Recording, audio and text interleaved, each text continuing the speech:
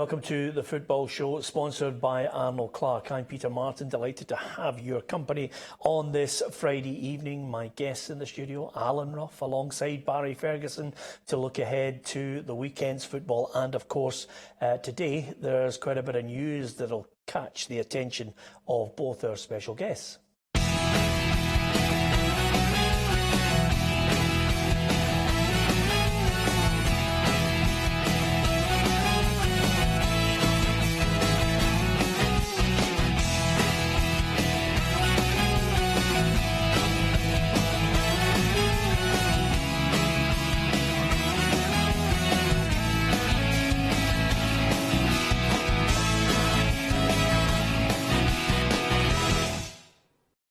Yeah, lots to talk about, and hopefully you can interact with us over the course of the days and weeks on the programme, on YouTube, on Facebook as well, and you can get us at PLZ Soccer on Twitter too. Before we look at the weekend's football in the Premiership, let's look back to last night's Europa League ties, and first of all to Lithuania, Sūduva against Celtic.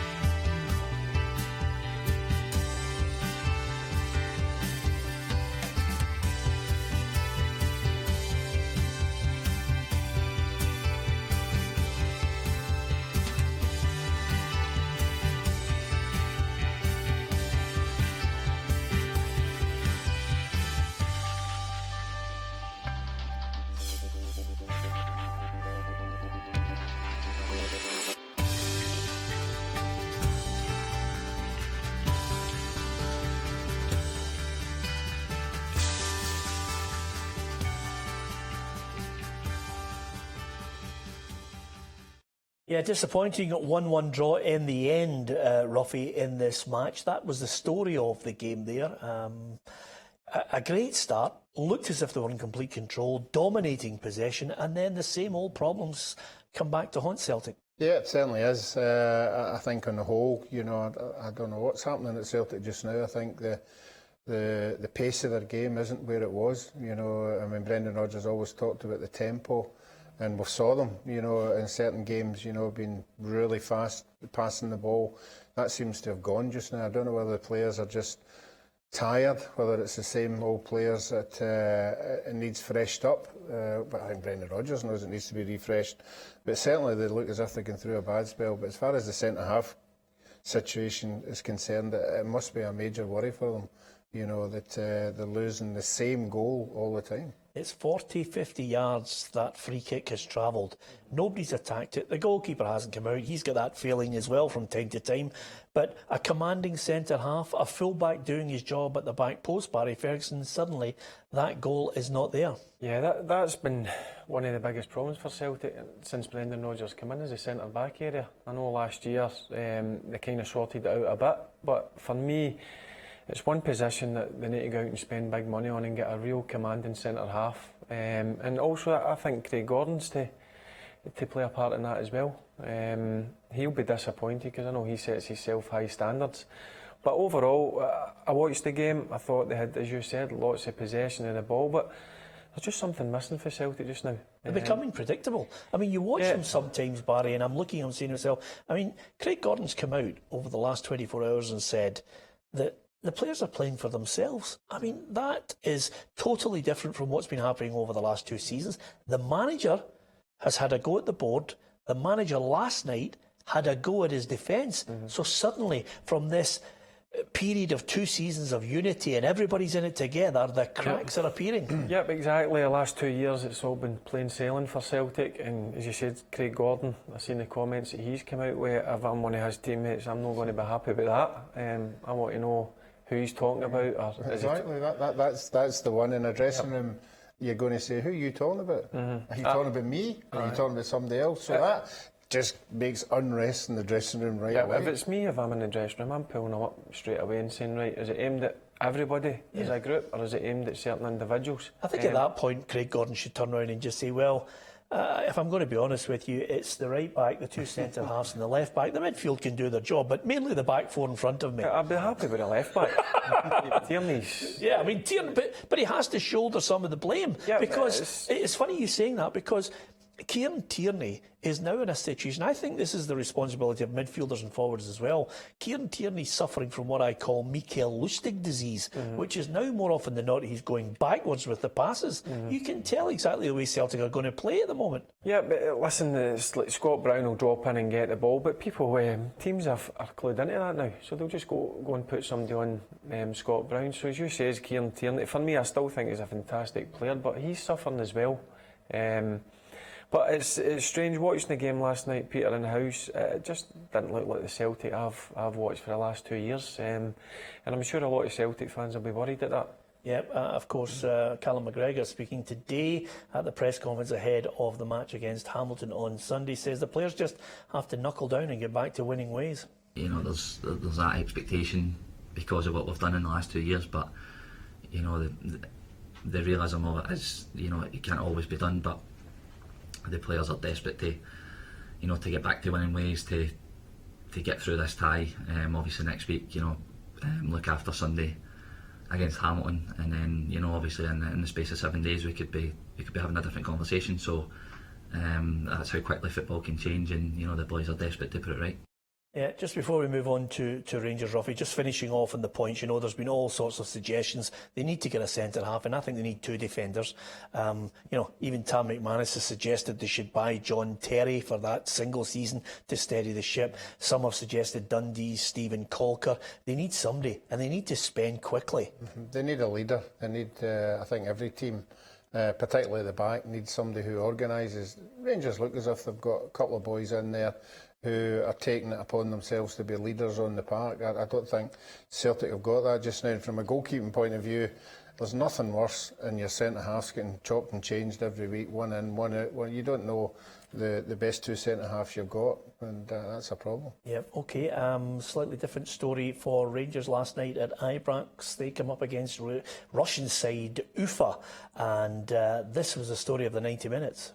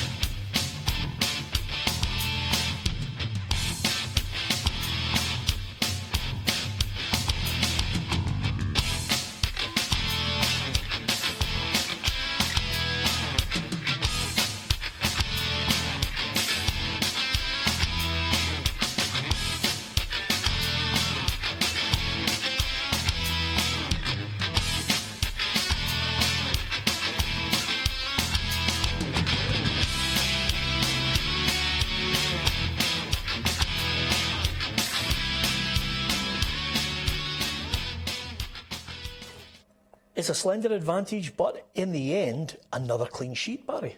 Yeah, I watched the game last night. I thought it's probably the poorest I've seen Rangers play the first 45 minutes. Different team, obviously he's given them a rollicking at half time. They've come out, they look better the second half.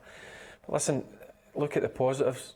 They've got the goal, another clean sheet, which I think that's the thing that Rangers are going to build on this year. I think obviously Alan McGregor and the two centre backs, the trio of them have set up a good understanding. It's going to be a difficult one going away, but I still think Rangers have got enough, because when you that the Russian team were going to come and park the bus and try and get away with a nothing each. But thankfully Rangers get the goal, and I'm still confident that Rangers can go over there and go through. Yeah, they didn't seem as if they were interested in any great counter-attack at any time, Ruffy. There was a lot of poor passing from them, but when they did get an opportunity, as Barry highlighted, McGregor just keeps coming up with these important saves. Yeah, that's what he's done throughout his career. I think if you've watched even the big games, the international games, he has the ability to do it there as well.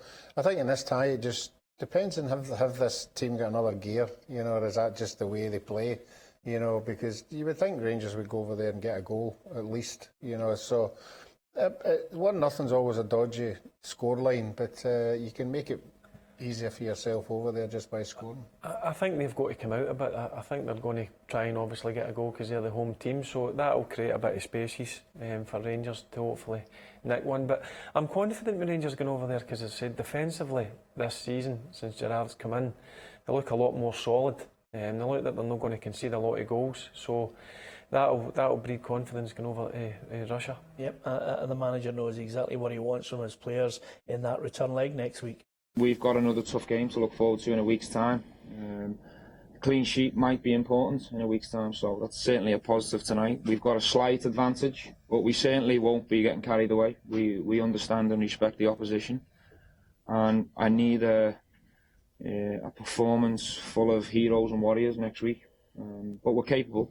We're capable of going there and being hard to play against and defending well like we've shown before, and we're also capable of going there and getting an important goal. Yep, OK, you can give us your view on that. And of course, we've talked about the battle there. They've got a battle on Sunday as well. It's been kind of overshadowed by the comments of Peter Hartley, but the manager wants to move on from there, Barry. It's going to be it's another test for Rangers because we know what Motherwell are like and what type of team they are. They're a big, strong, physical team. They get the ball from back to front pretty quickly. But again, I'll keep going back to it. I think Rangers this season can cope with teams that are going to put pressure on them, try and bull them. I thought when Motherwell played Rangers last year, I thought Motherwell bullied Rangers at times in the game. So again, it's another test for Steven Gerrard's Rangers team to go to Fir Park, which is always a difficult place to go and get a result, but I'm confident that they can go there and get the win. Okay, here's a look at the weekend fixtures spread over Saturday and Sunday, obviously with those Europa League matches in mind. It's Hibs against Aberdeen, Kilmarnock, Hearts, St Johnstone, Dundee, St Mirren against Livingston, and then on the Sunday 12:15 kick-off, Motherwell against Rangers, and Celtic at home to Hamilton with a 3 o'clock kick-off. And so to the other games to discuss them as well. We'll also get the head-to-head between Barry and Ruffy and myself. We've got the predictions. Barry with the little glint in his eye at the moment. He's ahead, but as with every midfielder, sooner or later they get caught, Ruffy, and then quickly surpassed. Hibs against Aberdeen. Now, we've heard Neil Lennon saying that he's not buying into the hype on Rangers. He thinks they'll be in the mix for this battle for second place, but he also highlighted the fact that it's difficult for Hibs because they've lost the quality midfielders and they're changing. They're changing the way, the clientele that they've got in there, the players that they brought in. It'll take them time to settle. Yeah, I think up front, I don't think he's got a problem. I think he's covered himself up there. The boys that he brought in have come back again. We know they can score goals. The midfield one, for me, need to be convinced in that one. I think the boy Mallon's a good player. But you can't lose 3 quality midfield players like that and be as good as what you were. I think defensively, if they got McGregor back, who I'm a big fan of, they might be a wee bit more solid. But until they can do what Rangers are doing, if we have two or 3 games not conceding, then he's got a chance. Because last year we always used to say, it didn't matter whether they lost to, they've got the ability to score 3 or 4. I don't know if they've got the same ammunition in midfield to do that. Yeah, no doubt about it. He's hoping. I think he's hoping that he can develop the players that he's got coming in, because he takes great credit and great pride in looking at some of the players as a manager, like Brendan Rodgers, like Steven Gerrard. They've looked at players and developed them and got them big moves. John McGinn is excelling at Aston Villa. Yeah, I actually watched them the other night, John McGinn. I made a point of watching the game. I think they were playing, I think it was Brentford. ended up 2 each, and I thought McGinn was excellent. Again, I thought last year Neil Lennon worked ever so hard with him to make him into the player he is, and he got his big move. And obviously McGee, he took a chance on McGee. I mean, he wasn't getting much game time. He came to Hibs, and I thought he was one of the top midfielders in Scotland last year. But again, he's brought in guys like Mallon, who I think is going to be a big player. Just needs a bit of time. But as Ruffy said, when you lose 3 quality midfielders in McGee, McGinn and Scott Allen, it's a big ask. But nothing would surprise me with Neil Lennon, because he's a good coach. I think this could be the contender for I think it is game of the weekend. Hibs against Aberdeen. The Dons, Ruffy, Derek McInnes, fair play to them. They stood their ground. They've kept Scott McKenna. When he comes back from injury, that will add a bit of solidity to the defence. He's mentioned this weekend that he would like to add maybe one more signing to what he feels is a good enough squad to get in this battle for second. Yeah, I said during the week there, I think if you put all the first 11s on the park, apart from obviously Rangers and Celtic, I think they're all a bit pretty equal, you know. But then I look at the bench and I look at what's on the bench, because if you look at the modern game now, everybody seems to be getting used. In the last 15-20 minutes of games is when you can win it, and sometimes that's when you make your substitutions. So for me, I can see why all these managers want as many players as possible, because they want strength and depth. Yeah, let me pick up on that point, because you've mentioned it over the last couple of days that you think Rangers will be the closest challengers to Celtic, and then there'll be a gap. How many points do you think the gap's going to be? I think when you say a gap, you may be talking about 6-9 points, something like that. I don't think it's a gap with Rangers and Celtic. I think it's the interesting one. No, what was it, 30 odd points 2 years ago, 9 points last year. You know, I think that's the interesting one, you know, because the form that Celtic are showing just now isn't the form that we've seen in the last 2 years. Yeah, and of course, if Rangers were to win the game at Celtic Park next weekend, then, you know, Monday's show, he would just be... The lid would be off. Well, I was just about to say, he would be levitating just above your head. Might need to take a day off. To be fair, we might need to let you. Anyway, apart from anything else, that's Hibs against Aberdeen. Kilmarnock against Hearts. There's an argument about this pitch. Steve Clarke says they're here to stay. Stop moaning. You know, people get injuries on grass pitches. Yes, they do. And, you know, Steve Clarke said it was financial reasons for Killie, but over and above that, if the clubs don't like it, they can vote them out. So, like it or lump it, they're here, get on with it. Yeah, I agree with him to a certain extent, because until it's voted out, Kilmarnock are certainly going to keep it, because financially it works for them. And they're used to it, they train on it every single day, so it gives them, I think, an advantage when other clubs come to Rugby Park. But me, I just think football should be played on grass. I'm just old school. But I understand clubs, as I says, it helps them that I think all their pro youth teams and whatever train on it throughout the week, and obviously Kilmarnock, their first team do, so it obviously helps them in the league, but I just don't like them. Yeah, we know why some of the clubs do it financially, but if you asked every manager in the Premier League, what would you rather play in, grass or Astro? Ask any of the Kilmarnock players. Yeah. Well, but the problem is, Ruffy, be... what happens, and this is what happens with Scottish football, you know, a recurring theme, you know, develops here. Let's make it all that you have to have a minimum of 6 or a 10,000-seater stadium. Oh, by the way, we made a mistake. We almost bankrupt you. You know, we'll change that rule. Let's have all AstroTurf for clubs that wanted in the top flight. Suddenly, people pick up regular injuries, evidence stacks up, and they go, by the way, it's 5 years down the line, we made a mistake, let's change it. So we'll have to wait and see, but they should remember the people who actually allowed this to happen in the first place. But Hearts, for me, I'm warming to them. I don't want to get over the top, but I think he wants another 3 faces in. Osman Sow could be one. Vanacek, if they get him. Trying to get Dimitri Mitchell back from Manchester United on loan. Maybe one other. You know, listen, they're motoring. I like to look at them at the start of the season, but for me, they've lost 2 massive players, 2 leaders. Berra and Lafferty's obviously went to Rangers. I think they two will be a big miss. He needs to obviously replace them with quality signings. But as you're quite rightly said, I think pre-season and then at the start of the season, Hearts have looked a a good team, but as I said, when you're missing 2 quality players, one through injury and selling one, it's going to be hard on them. Must be great being a Hearts supporter. You get a new team every year.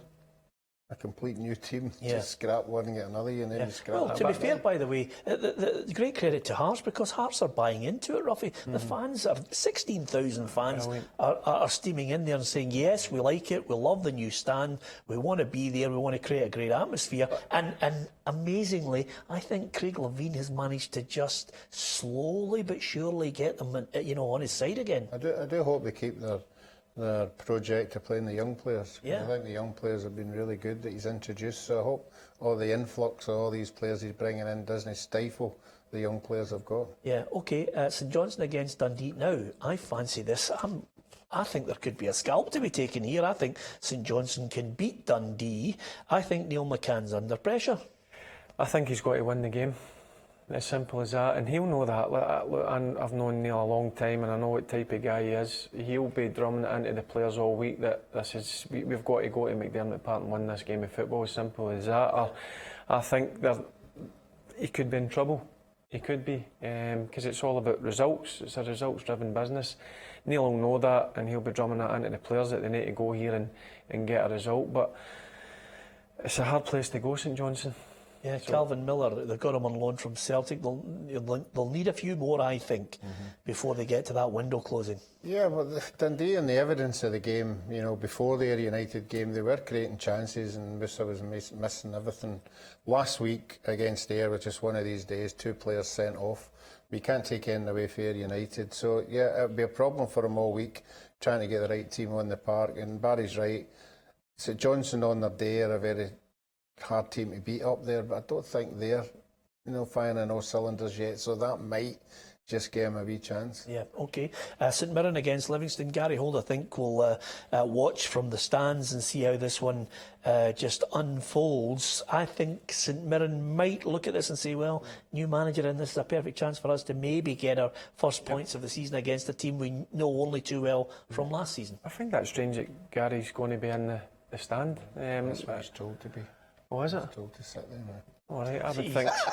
Unbelievable. I would think the manager's got to be in the dugout. He's took a job and he's got to be here. He's got to be in the dugout. But again, Livingston, there's a lot went on this week.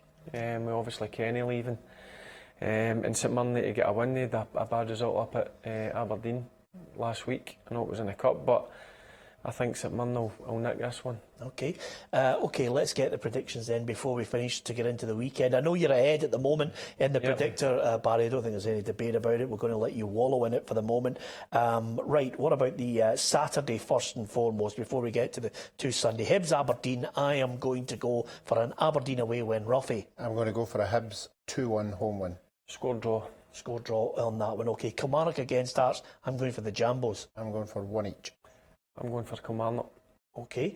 St Johnstone against Dundee, I'm going for the Saints. I'm going for St Johnstone. Ooh. I'm going to go for a draw on that one, 1 each. Yep. St Mirren against Livingston, I'm going to go for St Mirren to get a win. Yep, so I'm going to go 2-1. St Mirren. Yep. Motherwell against Rangers, Barry. Rangers. Oh, there you are. Oh, you're turning into Ruffy now. This run just keeps continuing. No, I just been honest. Yeah, OK. I'm going to go for Rangers as well. Ruffy? Yeah, I'm going to go for Rangers 2-0. Yeah, OK. Celtic, I think, will bounce back against a Hamilton side that I don't know where they're going to get goals from, Ruffy. No, and they're conceding. They might get them against Celtic in a back line like that. Yeah, but they're conceding far too many for me, so I'm going to go Celtic 3-0. It's going to be a hard day for Hamilton. Local team, as you know, but I think Celtic could take 3 or 4 off them. OK, don't forget to subscribe to our YouTube channel, and you can see us Monday to Friday. We'll be back on Monday to reflect on our predictions. From Ruffy, from Barry Ferguson, and from myself, Peter Martin. Thanks for watching.